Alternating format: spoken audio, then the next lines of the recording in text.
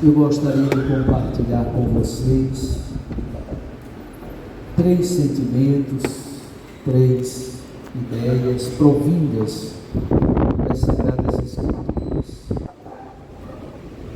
A primeira, podemos chamá-la de somos servos inúteis.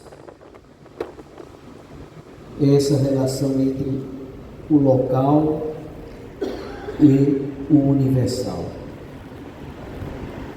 Essa ideia eu a trago da primeira leitura, essa reflexão sobre o ministério de Sobina.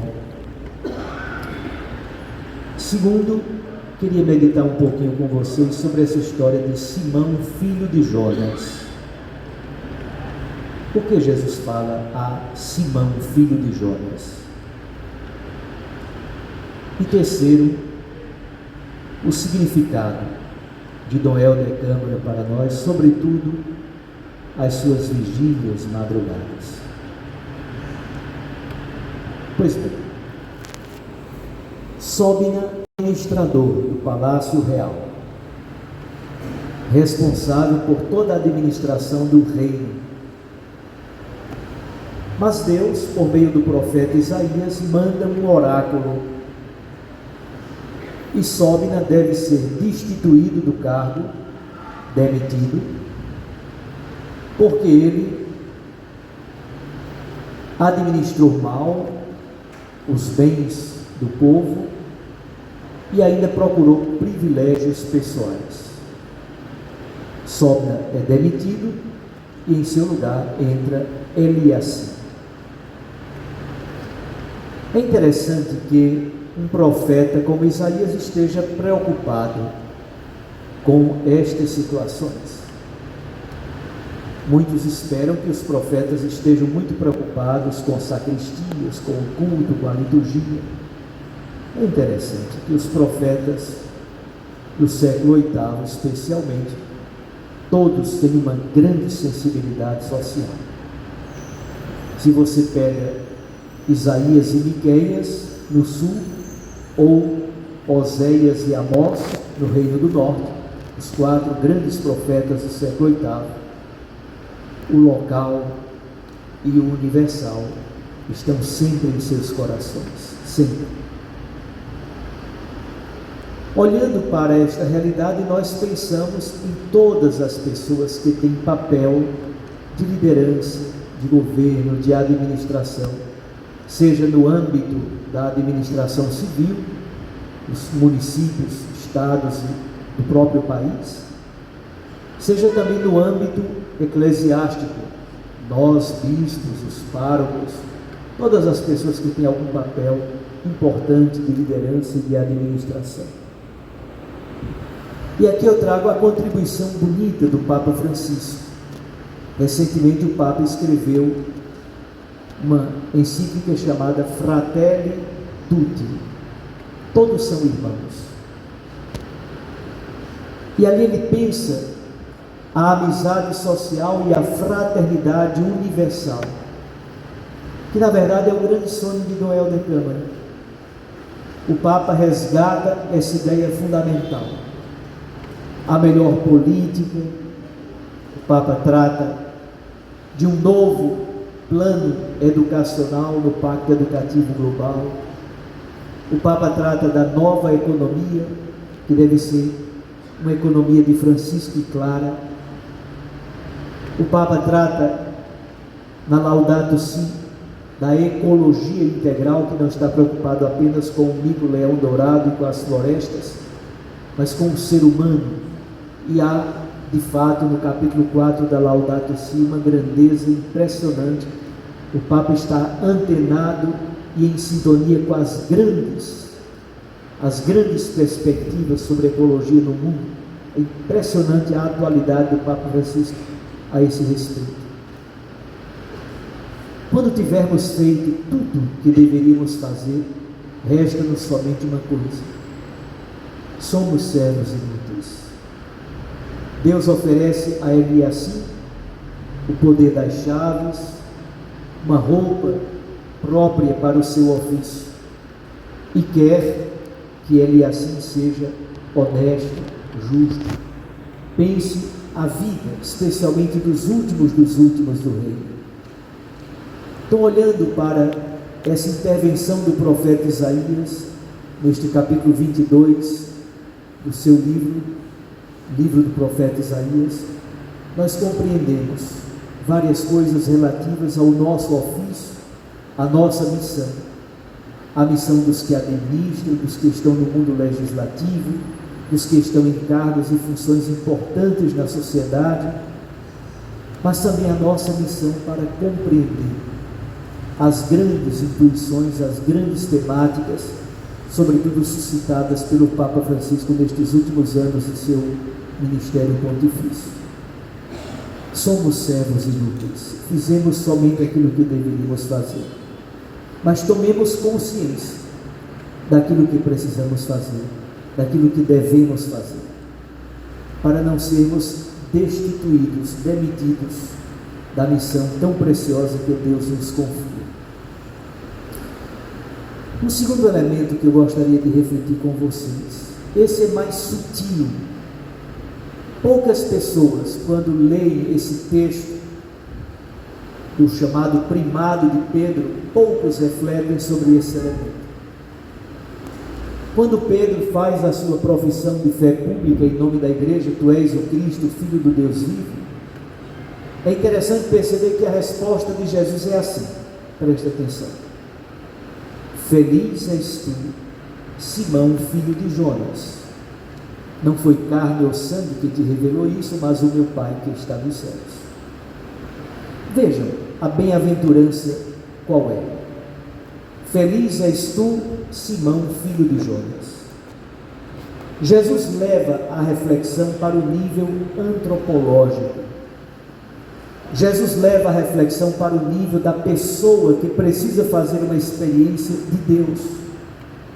Somente depois é que ele diz: por isso tu és Pedro. Pedro é o apelido que Jesus colocou em Simão.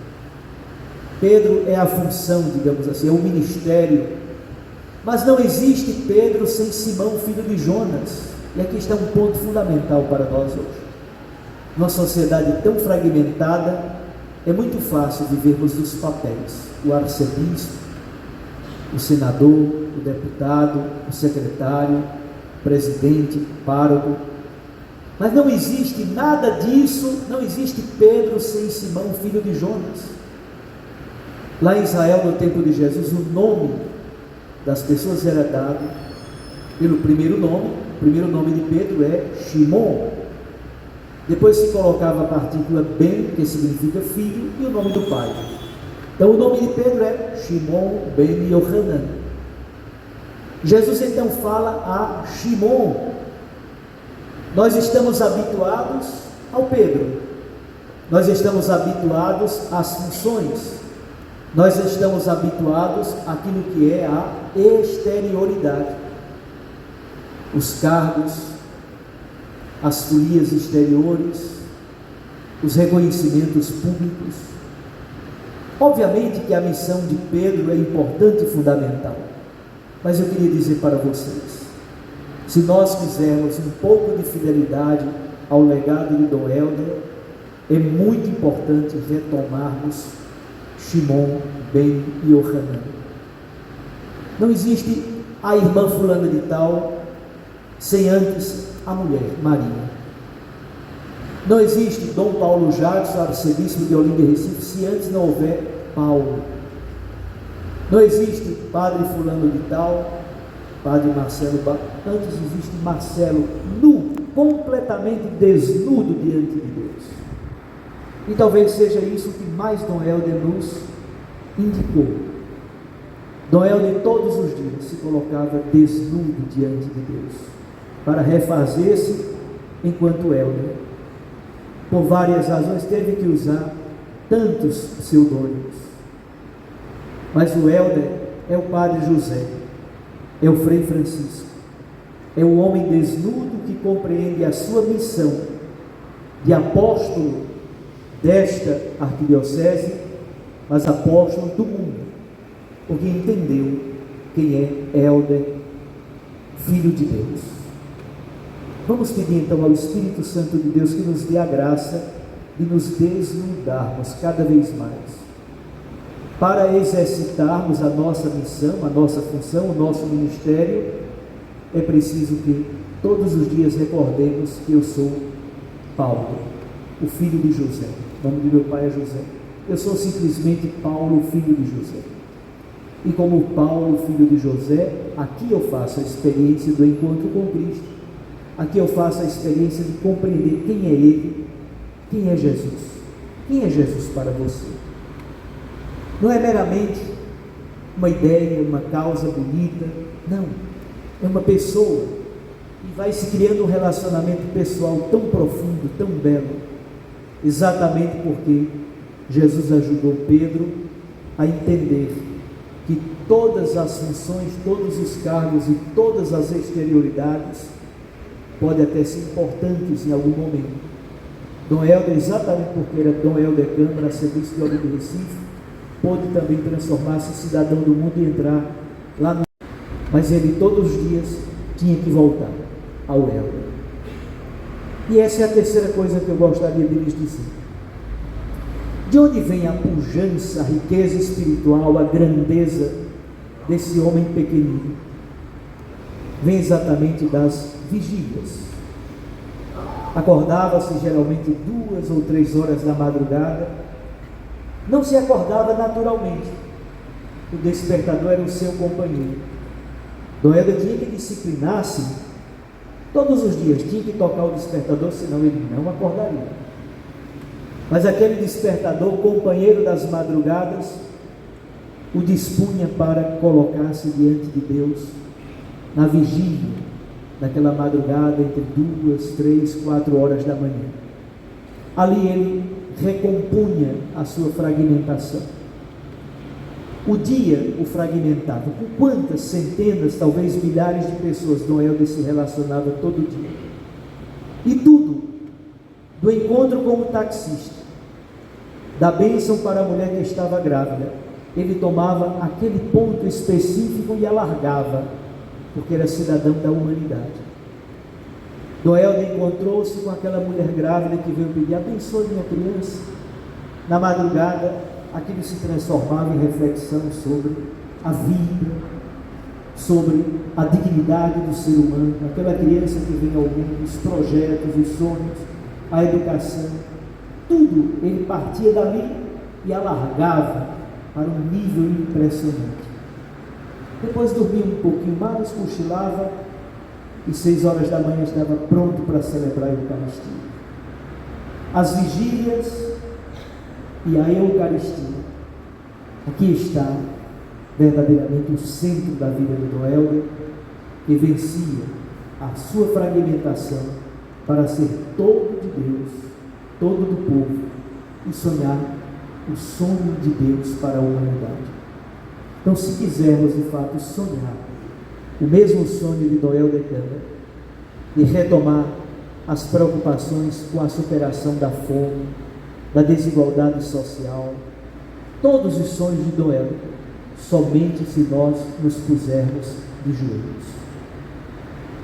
Voltemos a estar de joelhos diante do mistério de Cristo na Eucaristia, para aqueles que creem, mas voltemos a estar de joelhos em quaisquer circunstâncias, diante do mistério da vida, diante do mistério da razão direcionada para a defesa da vida da humanidade. Guardemos este sonho e no próximo ano preparemos-nos para celebrar estes 25 anos em sufrágio pela morte de Dom Helder Câmara, para mais e mais renovarmos o desejo de sempre estarmos juntos dele, sonharmos o sonho de Cristo que se concretizou de modo tão belo na pessoa e no legado de Dom Helder Câmara, dessa igreja das fronteiras, naquela cama tosca e simples, olhando pela fresta da janela e contemplando a última estrela do céu. Dom Helder fazia poesia, mas uma poesia empapada de vida, empapada de gente, uma poesia com os pés que pisavam a lama da humanidade e as mãos que estavam no céu de Deus. Que Dom Helder nos inspire e que o Espírito Santo nos dê cada vez mais a capacidade de compreender o Evangelho para amarmos mais e para nos dedicarmos às grandes causas, sobretudo que o Papa Francisco tem recuperado e tem proposto para nós com tanta veemência e com tanta beleza. Deus os abençoe, os guarde, os proteja, os ilumine. E a todos vocês que têm tantos papéis bonitos, tantos Pedros eu vejo aqui, tantos papéis lindos, nunca esqueçam de visitar o Shimon, Ben e o Hanan. Sem isso é impossível existir Pedro. Louvado seja nosso Senhor Jesus Cristo.